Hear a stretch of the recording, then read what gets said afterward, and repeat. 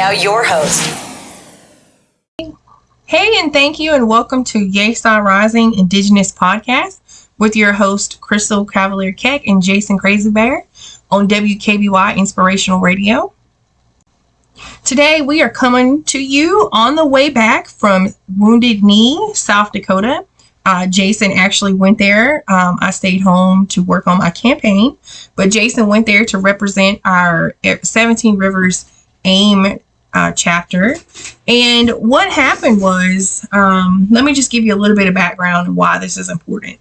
So on yesterday is the Ogallala Nation's 49th annual Wounded Knee Occupation Liberation Day event in Pine Ridge, South Dakota.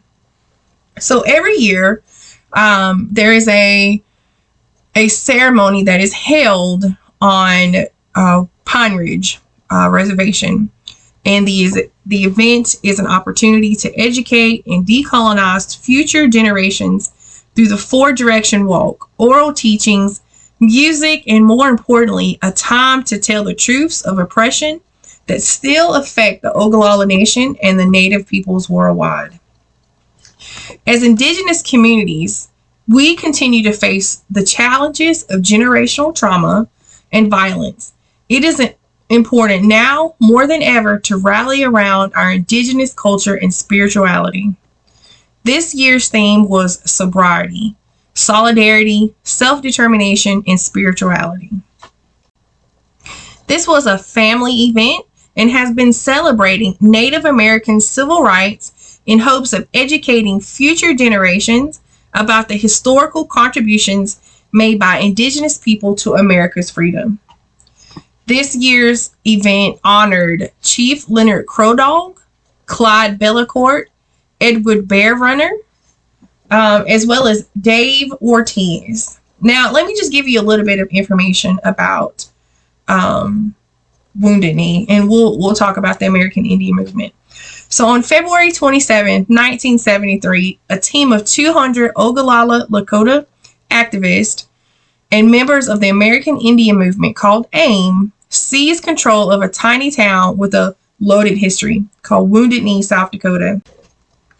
So this day in history, among the American Indian movement membership, February 27th is known as Liberation Day to mark the occupation of the hamlet of Wounded Knee on the Pine Ridge Indian Reservation in South Dakota. It was 49 years ago yesterday, AIM began to occupy Wounded Knee as a protest against the federal government and its policies towards Native Americans. The occupation lasted 71 days, and it was viewed nationally as a standoff between the American Indian movement and the federal government. At the time of Wounded Knee in 1973, there were several members of the American Indian movement. They spent 71 days at the Little Bighorn Bunker with other warriors. They survived 11 firefights while protecting the eastern boundaries of the community. And the big issue at the time was protecting treaty rights of the Ogallala Nation and seeking compliance of those treaty rights by the U.S. government, as well as the spiritual advisor to Leonard Peltier. On March the 13th, an assistant attorney general for the civil division of the U.S. Justice Department, Harlington Wood Jr., became the first government official to enter Wounded Knee without a military escort. Determined to resolve the deadlock without further bloodshed, he met with AIM leaders for days, and while exhaustion made him too ill to conclude the negotiation, he is credited as the icebreaker between the government and AIM. Both sides reached an agreement on May 5th to disarm, and 3 days later, the siege ended and the town was evacuated after 71 days of occupation. The government took control of the town, and during the incident, a Cherokee and an Oglala Lakota were killed by the FBI. Now, this brings me back to the original Wounded Knee. So 131 winters ago, on December 29th, 1890, around 150 Lakota men, women, and children were massacred by the U.S. 7th Cavalry Regiment near Wounded Knee Creek on the Pine Ridge Indian Reservation. And some people actually estimate that the number is closer to 300. Now, this information that I got has been written by Native News Network, Native News Online, and they say that snowfall was heavy that December week. The Lakota ancestors killed that day were left in brutal, frigid, wintry plains of the reservation before a burial party came to bury them in one mass grave. The photograph of Bigfoot's frozen and contorted body is a symbol for all American Indians of what happened to our ancestors. Some of those who survived were eventually taken to the Episcopal Mission in Pine Ridge. So this goes back to the story we told you guys about the children who have been murdered at the boarding schools. Eventually, some of the people were able to give an oral history of what happened.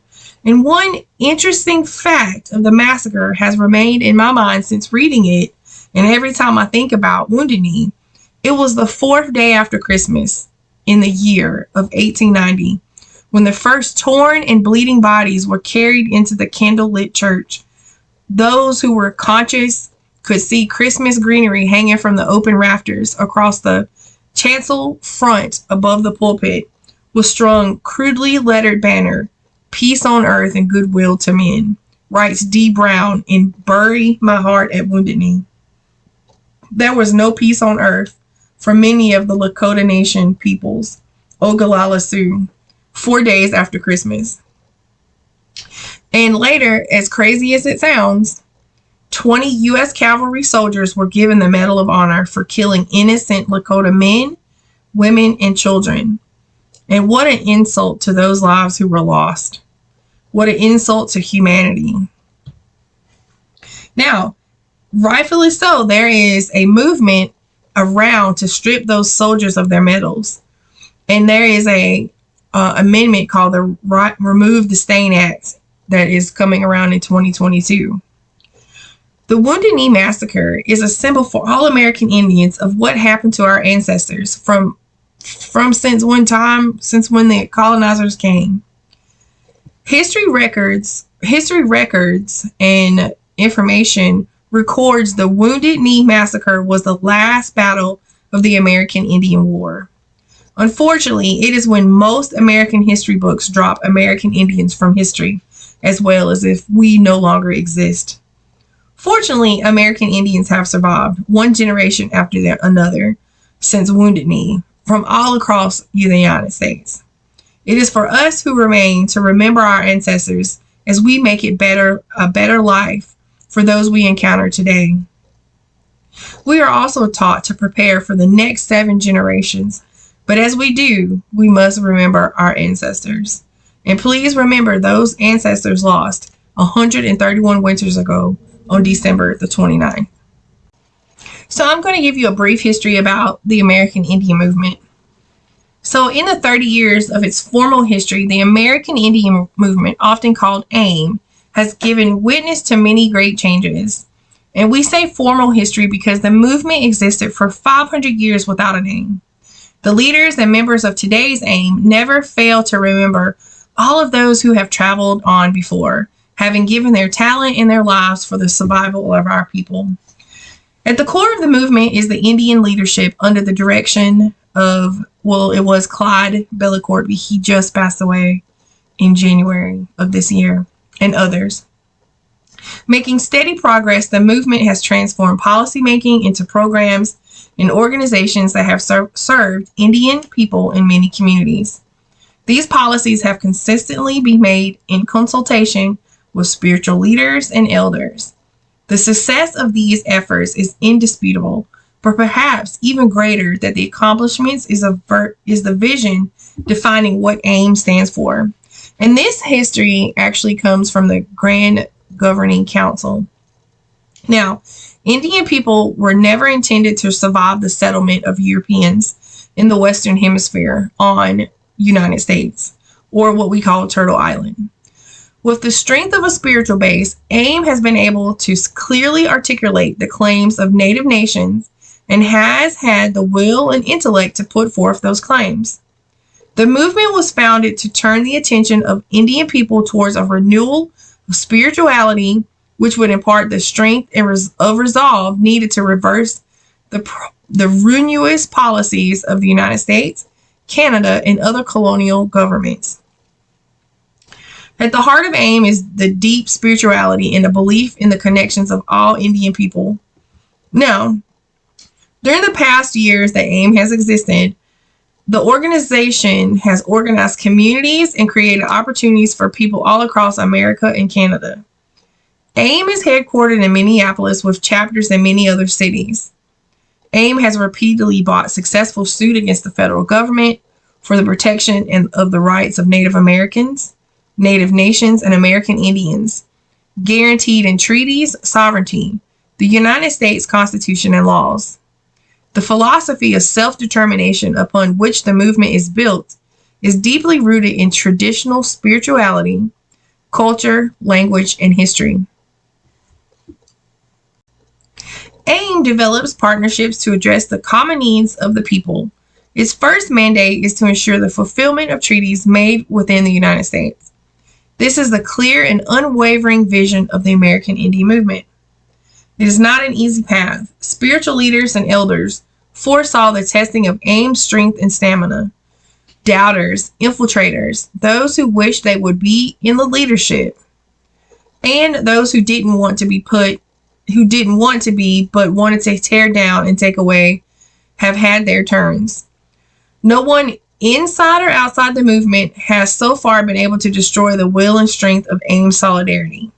Men, women, adults, and children are continuously urged to stay strong spiritually and to always remember that the movement is greater than the accomplishment or faults of its leaders.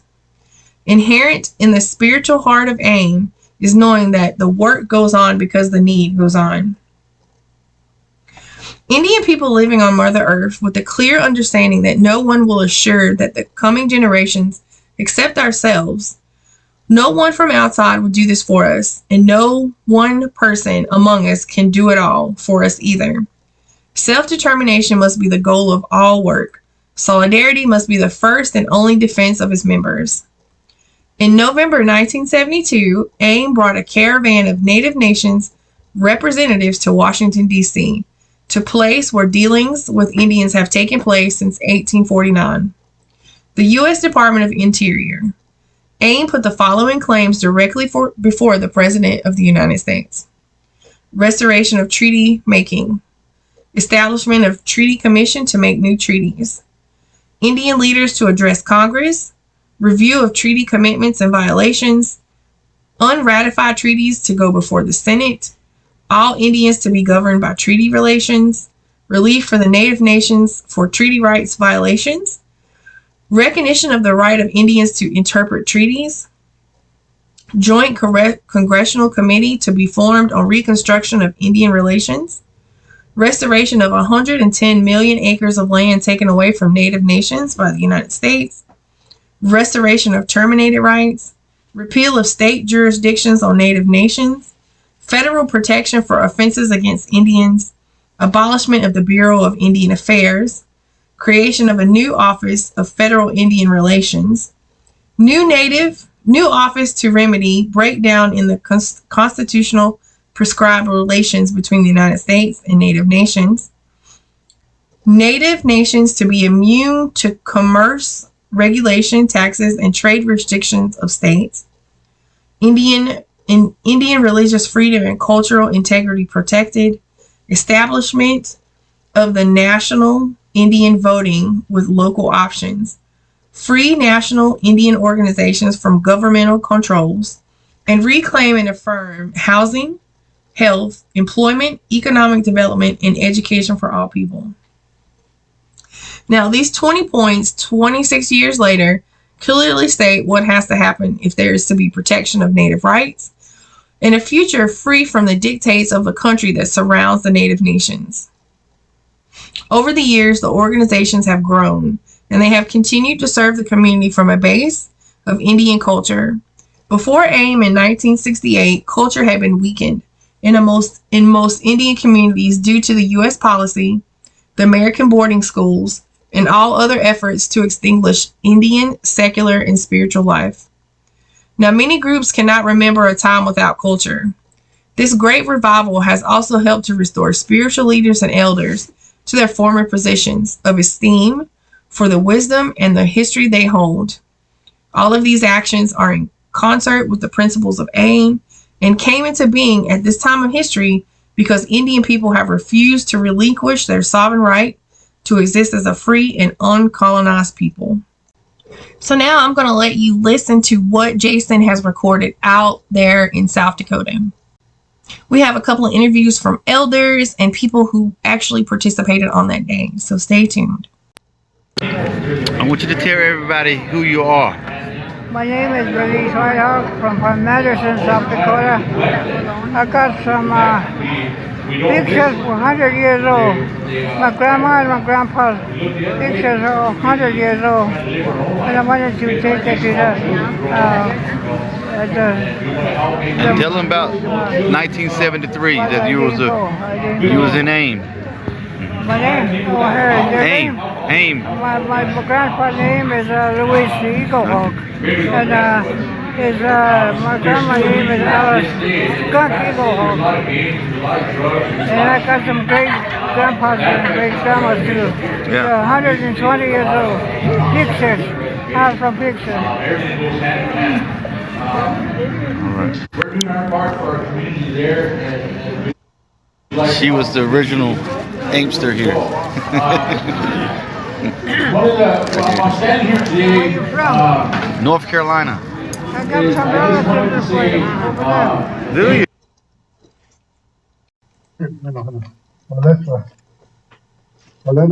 For I want to say that much, the world tonight is a good day, and I guess we're going to pray, and we see somebody was talking about the massacre here, and still they are doing massacring up still today with alcohol and drugs. We're still dying. Evening, social distance powwow. We are here live with the 17 Rivers AIM chapter of North Carolina, with no other than Mr. Whitney himself. What's going on, man? What's going on, everybody? So we got a couple questions to ask Whitney, and we're going to have our guy. So Whitney, tell me about social distance powwow and things are going right now, and about how it has brung so many people together. Hey, what's going on, everybody? Thanks for, it's an honor and a privilege to meet some friends here that we met through social distance powwow. Sure. And we hosted the Meherrin Indian Nation celebration and many others. But, social distance powwow has been a platform that we like to say it's flexing the possibility when Indigenous people come together, and the voice and the unity that the power that comes, and keeping things alive during this tough time. And so all the people that have come through the page and the group, and all the great events that have happened, and all the support. Really good to meet some brothers here that have traveled to our homelands. We say Chesapa Makoche, or the Black Hills of South Dakota. This is the birthplace, the creation story of our people is here. And so we have some relatives that came here for the celebration of the American Indian Movement Liberation Day, and a lot of history, a lot of education behind that. So the social distance powwow is going to continue on and continue to be a platform for all of our people, and especially for the elders and for artists to promote, to gather, to stay connected. And so it's really good. It's a good day to meet some friends and some brothers, to visit, catch up in person, because we've all seen each other virtually. Exactly. But, yeah. So we're here. We got Mr. Jason over here. Lalito, Chima, Chukma, Yakuke. Just hello, hope you're good, and thank you for tuning in and supporting this unity that our brother's talking about. This is the unity that we should have had long ago. This is the unity we saw out of Standing Rock, right? And this is the unity that we're going to have to see again to kind of change these dominant culture ways that even they are starting to agree aren't serving them. They're not sustainable. And so we got to kind of partner with each other first and show them how.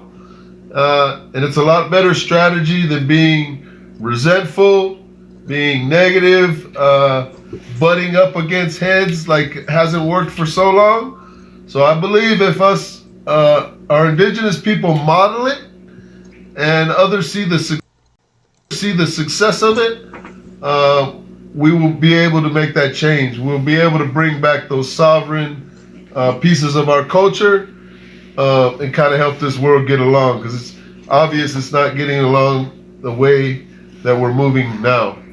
Can you tell them a little bit what's going on this weekend, Jason? So, from my understanding, I was only 1 year old when this happened.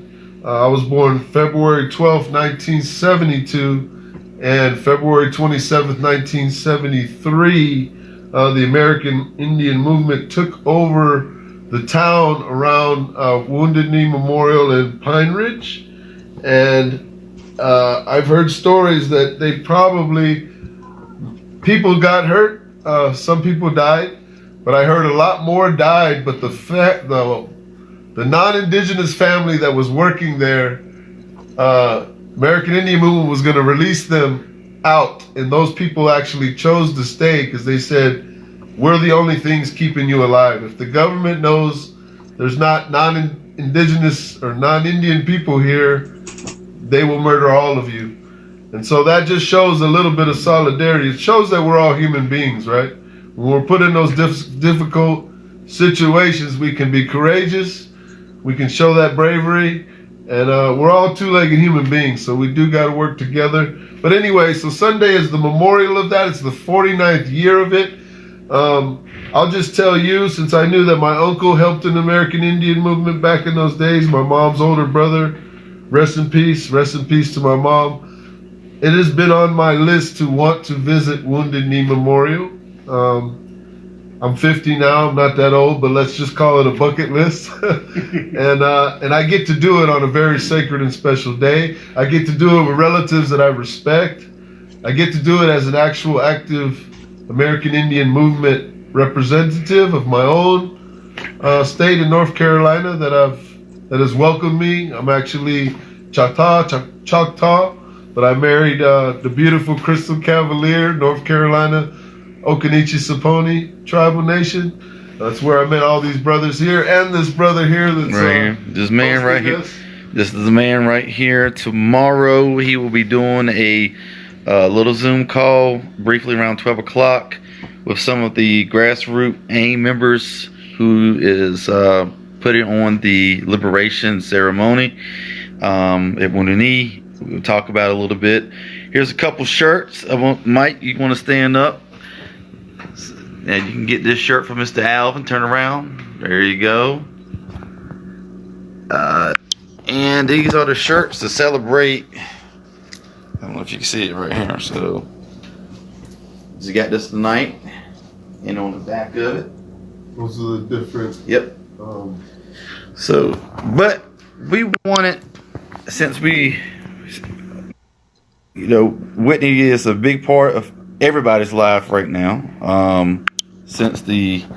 Why don't you really quickly tell them how he saved the Meherrin Nation's powwow that year? Well, first year. Yep, first year. So explain how that back in, was it 2020, right, Whitney? Yep.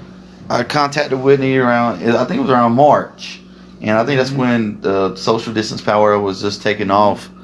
And I contacted Whitney and Dan and Stephanie, and I said, hey, I think y'all did one powwow that year before ours. So summer solstice.